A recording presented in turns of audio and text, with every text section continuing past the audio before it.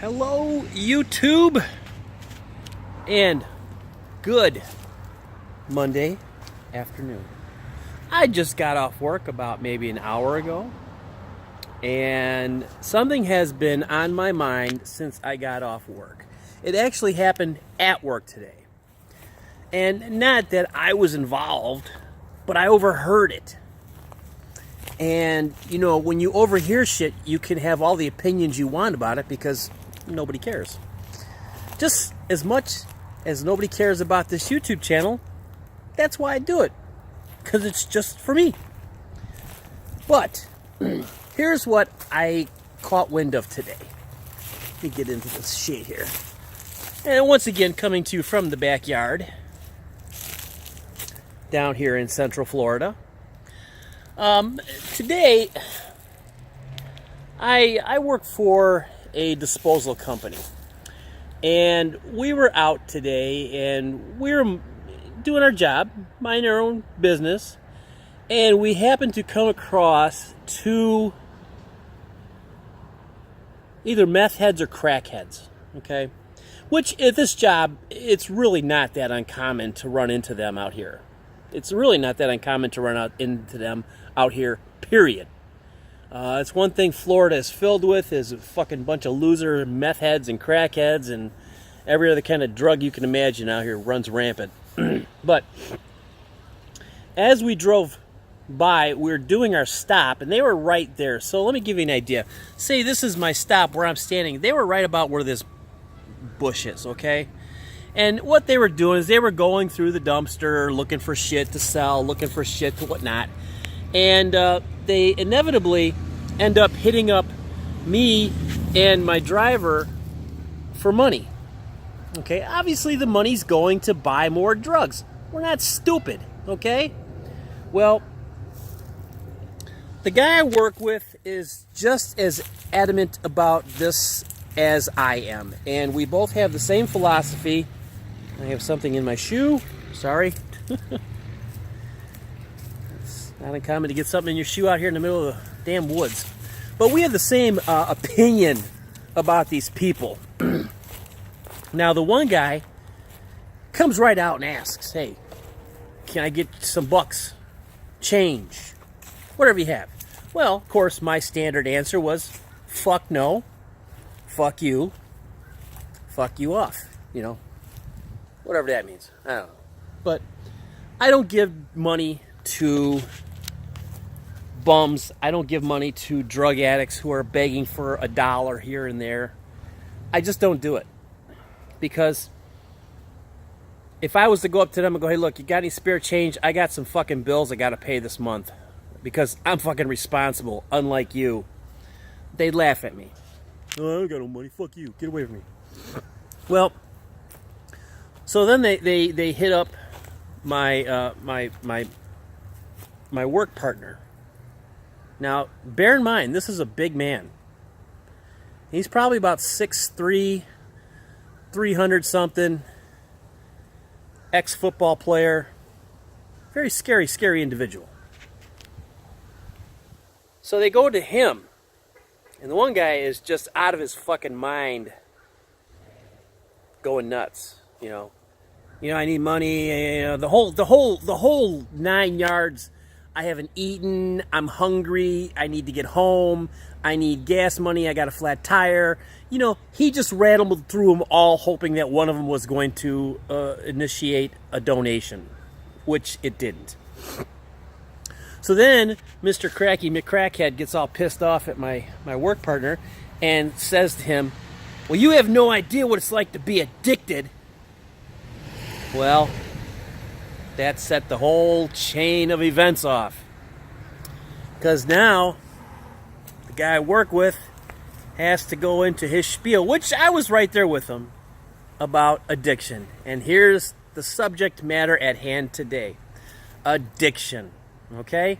Addiction in any form is simply a weak-minded individual making a very, very poor lifestyle choice. Now, some of you are out there going, oh my God, you're so mean, they're addicted. Addiction is a bullshit term. It is a bullshit excuse. It is a bullshit everything.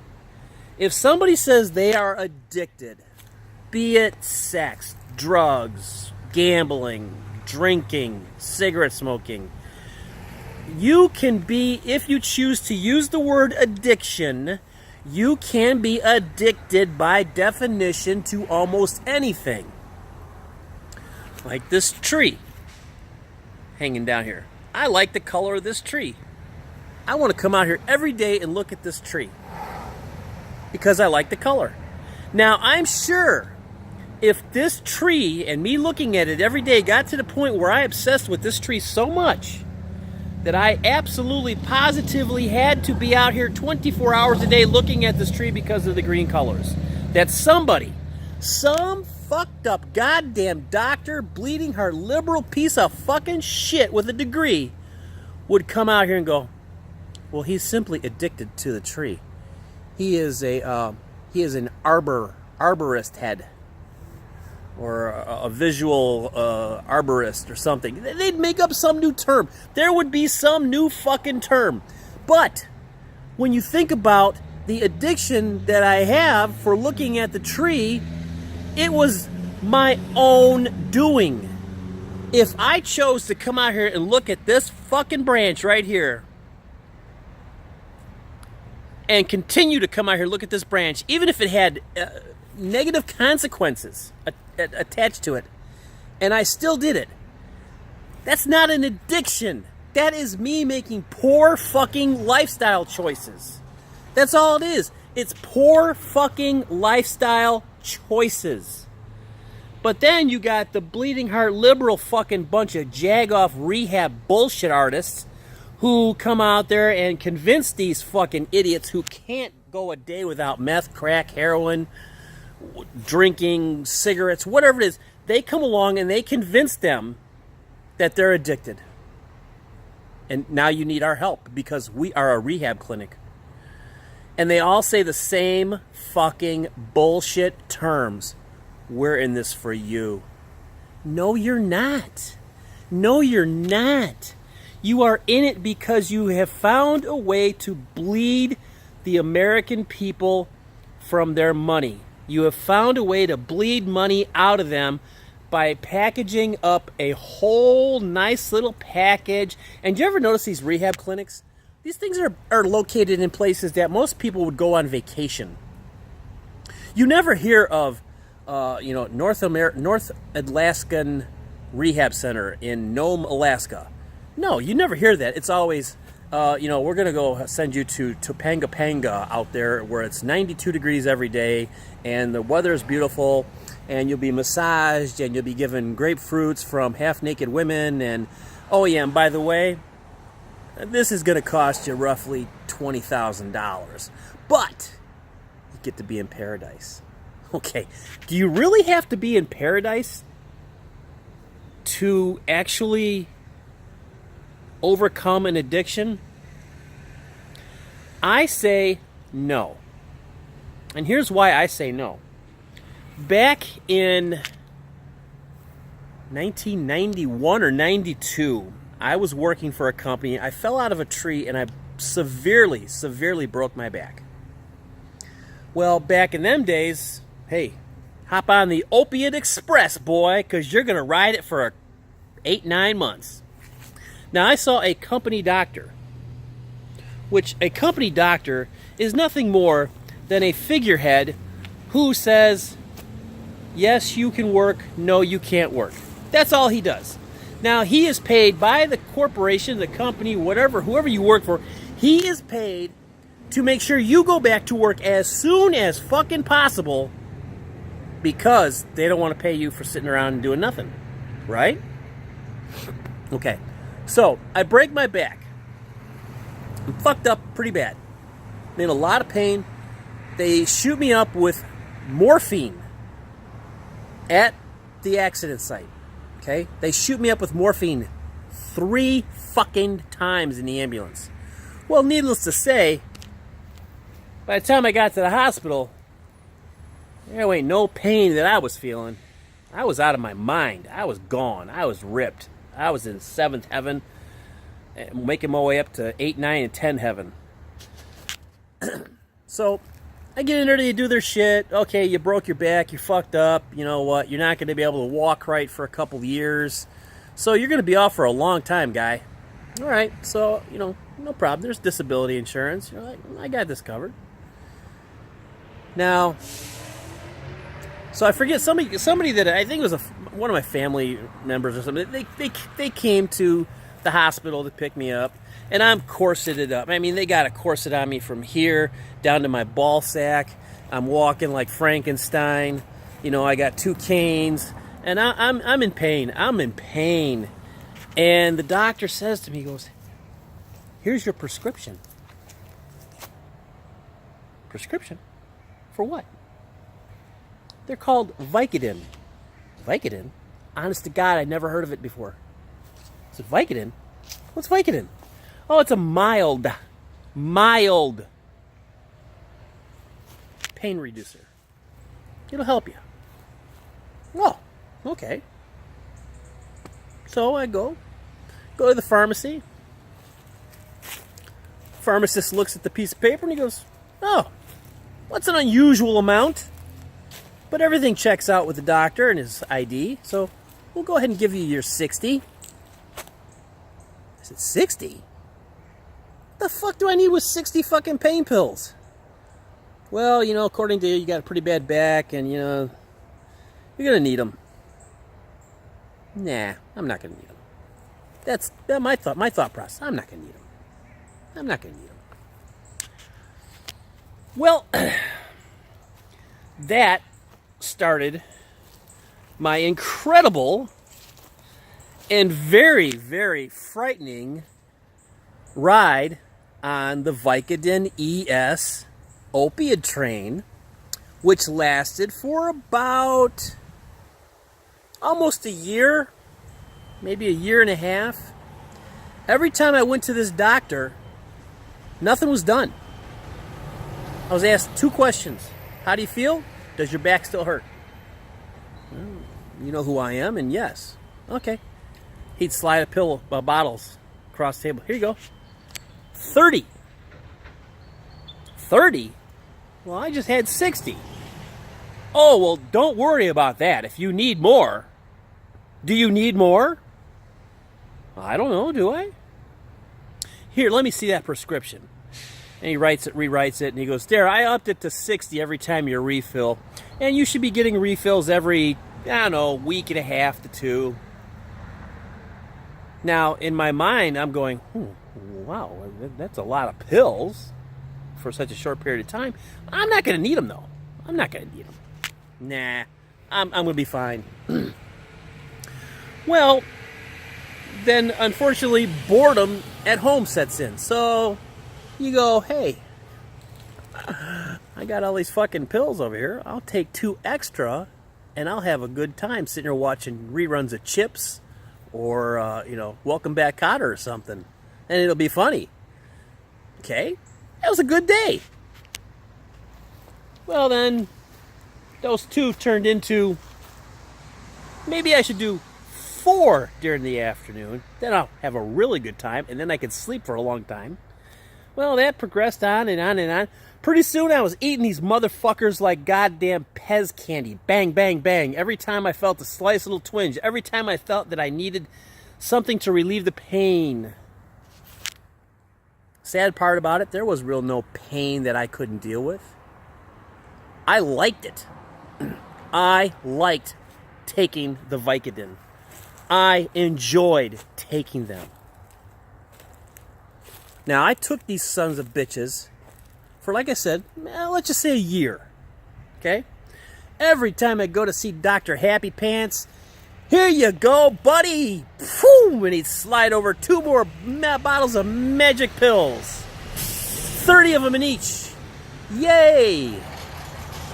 It was Christmas every 2 weeks.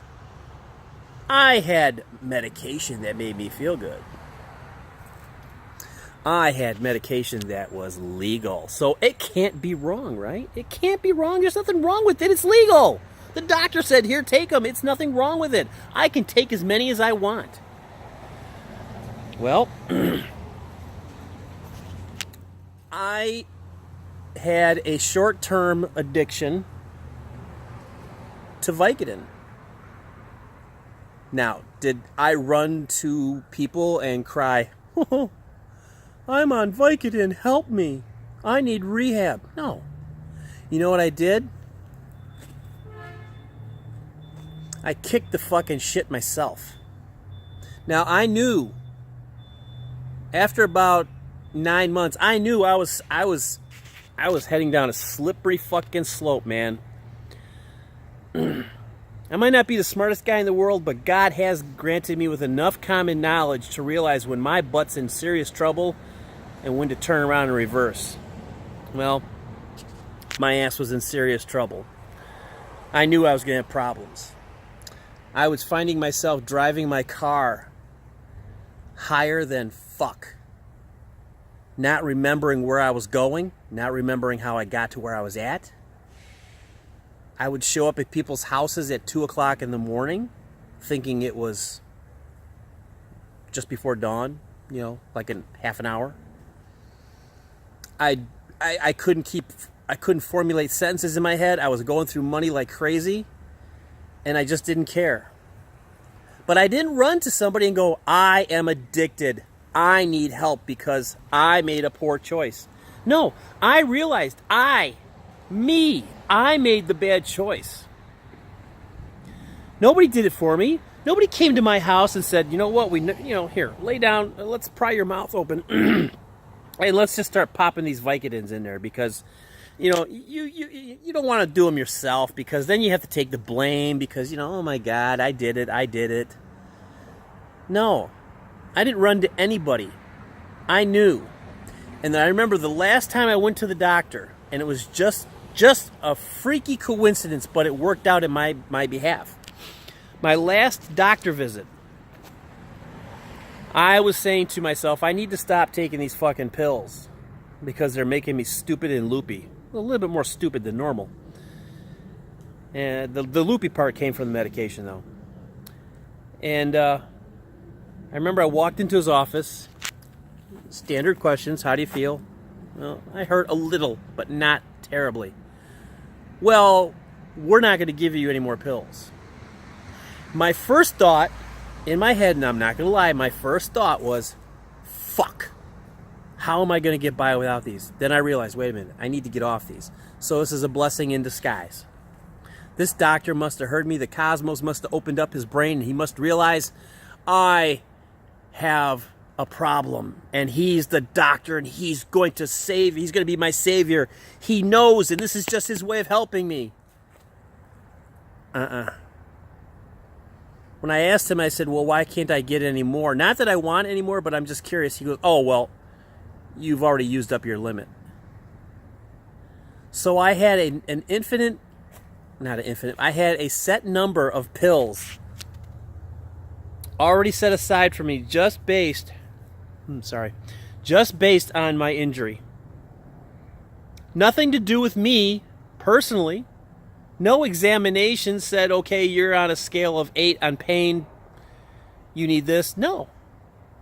It's because I had a back injury that qualified somewhere to get X amount of pills over X amount of time. Doctor could give a flying fuck about me as a human being. I was simply a number, a form, a money-making product, whatever you want to call it. So, did I run still and run to the people at the rehab center and go, oh, this mean doctor, oh, he did this to me. That's why I'm robbing banks, and that's why I'm robbing people, and that's why I'm begging for people, and and I need because this doctor. No, I didn't do all that. I didn't do any of that. When he told me there was no more pills coming my way, I went home. Motorcycle. It sounds like a big bad motorcycle. It's not. It's a 250, believe it or not. It's the guy down the road. It's a fucking joke of a motorcycle. But hey, it's his, and all power to him. But when I found out I had these pills were not coming to me anymore, that's when I decided I need to go home and do some serious thinking. What am I going to do here? I lived by myself at the time. And when I was on the pills, I would find myself losing 12 to 15 hours some days. Couldn't account for them. Could not account for them. I would wake up in my car, in a parking lot, not have any clue how I got there. So when I went home, I thought about all the stuff and all the stupid shit that I did when I was on these things. I thought, I don't want to do this no more. So now, take it from somebody who has never been addicted or been overly used medication or anything of that nature. I had no idea what to expect. But let me tell you what, it was not a fun thing. I lost 4 to 6 days of my life when I started coming off that fucking Vicodin. I remember occasionally waking up and just being either extremely hot or extremely cold. There was no in between. I remember the idiot bitch I was dating at the time talking to me and not giving a flying fuck what was going on as long as she get to go out and have a good time. Well, you stay here and sleep. Bye. Okay, see ya. If I have a fucking drug-induced heart attack, thanks for stopping by. Now, this was all back when I was in my early 30s. That was some time ago. Well over 2 decades. The point is simply this.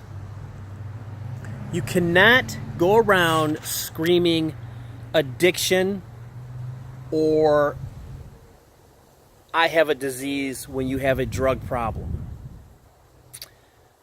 Simply due to the fact that you do not have a drug problem. You have a problem with reality. You are weak-minded. You are so weak-minded that you refuse to tell yourself the truth. You refuse to hear the truth. And all you want to hear is all the little fucking bleeding heart liberals that are going to stand behind you screaming, they have a disease. Be nice to them. How come we have to be nice to people who have addiction diseases? Where is it written that we have to be nice to them and they can treat us like shit? Oh, well, he's lashing out because he's addicted. To what, being an asshole? Because he's doing a good job of it? No, it's absolutely ridiculous. And then what it comes down to is simply this. In a nutshell, if you feel the need to come home from work, if you have a job, and to sit there and do drugs the entire night or drink the entire night while you're off, and then fight in the morning to get up and go to work because your body says, I'm done. That's just a bad fucking choice on your behalf. That's all that is. Has nothing to do with me. Has nothing to do with rehab clinics. Has nothing to do with the public. Has nothing to do with the media. Nothing to do with your doctor. It's all you. It's all you. You are the one who decided to do whatever drug it was the first time. With all the information that we have out there that we know. Hang on, let my dogs out. Come on, stupids. Come, there he is. See him? There he is. They're in the house crying. They don't like it when I'm outside doing videos. But I don't like to bring them outside because I can't exactly see them all the time, so. And they have a tendency to run away on me. Well, they don't run away. They get out of sight. So, addiction And equating addiction with a disease is pure 100%, you know where I'm going with this, bullshit. Anybody who claims to be a helper getting people into rehab clinics, they are fucking bullshit liars. They're headhunters. That's all they are. For every head that they get in that rehab clinic, they get a little bonus. Or they get their salary paid. One of the way they're making money. Rehab is not free, ladies and gentlemen. Rehab is just a new form of making money. Did you know in Europe they don't have rehab clinics? They don't have them. It's because it's considered stupid. It's considered ridiculous. It's a waste of time. But in America, land of the home of the brave and land of the free, oh, we love that shit. Any other excuse that we can use. Let's try that other excuse and see how far we can get with this one. Oh, I'm an addict. All right. Well, that excuse will carry you for so long. I do stupid shit because I'm on drugs and I can't stop. All right. Well, a lot of people go, okay, we'll give you a pass on hearing this. But it boils down to just one common denominator. You are the reason you have a drug problem. You are the reason. Oh, my dog's over here tearing apart plants. I don't know what she's doing. What are you doing? Hey. Come here. Get out of there. You want to say hi to everybody? Show them what you're doing? Hey, they don't want to see your ass. Say hi to everybody. Hey.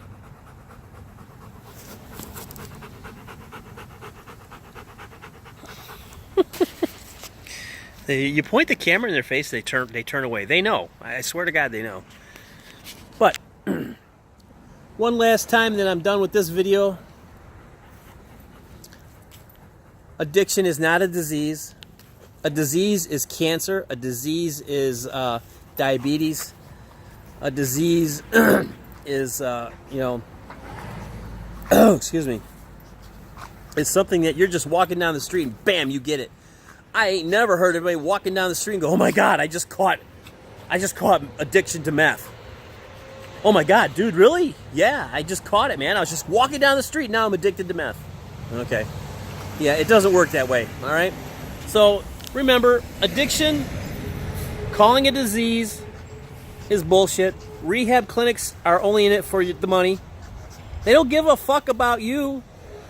They give a fuck about that insurance check. Why do you think they all want to make sure you're insured? If rehab clinics were really going to help people, they'd bring people in and do a pro bono rehab on them.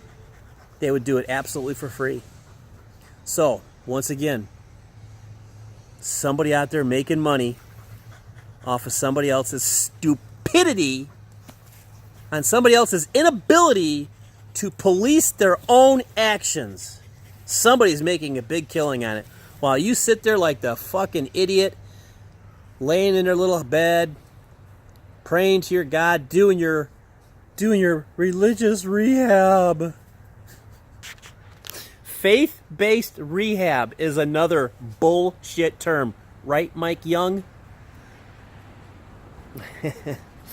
Just a fucking low-life piece of shit that I know that lies. Well, you know, he doesn't lie all the time. He only lies when he talks. So, yeah, another guy who, I'm in rehab all the time. Oh, I fucked up. I'll just jump into rehab. Oh, I fucked up again. I'll just blame it on this and jump into rehab. Yeah, his rehab is laying low off of Facebook for a couple weeks, then popping back out there going, I'm clean. Fucking heroin-losing fucking addict. All he is a piece of shit. So, before I go any further on that, it's a totally different subject. Him and his little fat friend Jason, two assholes. Two addicted assholes who've never done nothing but let the world pay for all their mistakes. If you knew who they were, I'd tell you look up their life and then you'd never touch drugs again in your life because you wouldn't want to be like either one of these two fuckfaces. Losers. Pure fucking losers. So, thank you for watching. We're coming up to fast 30 minutes on this one. If you like what you heard, please hit the bell icon. That way you will know every time I put one of these videos out. And to Chris, I love animals. Thank you for your kind comments this morning. You are a fantastic person. I love you. You have some great comments. I love them. I hope this was another entertaining video for you on that aspect. And thank you for letting all your friends know, because I have been generating lots of hits on some of these videos that I was really surprised by. So, also, if you really like what I'm saying, and you want to hear some more of these ranching, look at this dog. Look at this dog. Look at this. Idiot. She's addicted to grass. Oh my God. I gotta get her into rehab. Does anybody know where I can get a good puppy rehab center?